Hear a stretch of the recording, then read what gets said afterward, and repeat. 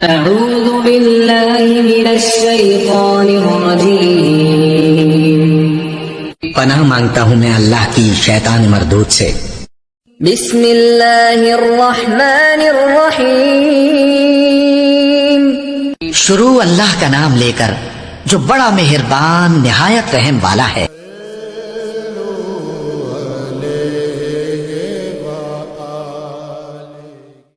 رسول اللہ صلی اللہ علیہ وسلم نے فرمایا، جو شخص شب قدر ایمان کے ساتھ محض ثواب آخرت کے لیے ذکر و عبادت میں گزارے، اس کے گزشتہ گناہ بخش دیے جاتے ہیں۔ صحیح بخاری حدیث نمبر 35۔ رسول اللہ صلی اللہ علیہ وسلم نے فرمایا، جو شخص اللہ کی راہ میں جہاد کے لیے نکلا، اللہ اس کا ضامن ہو گیا۔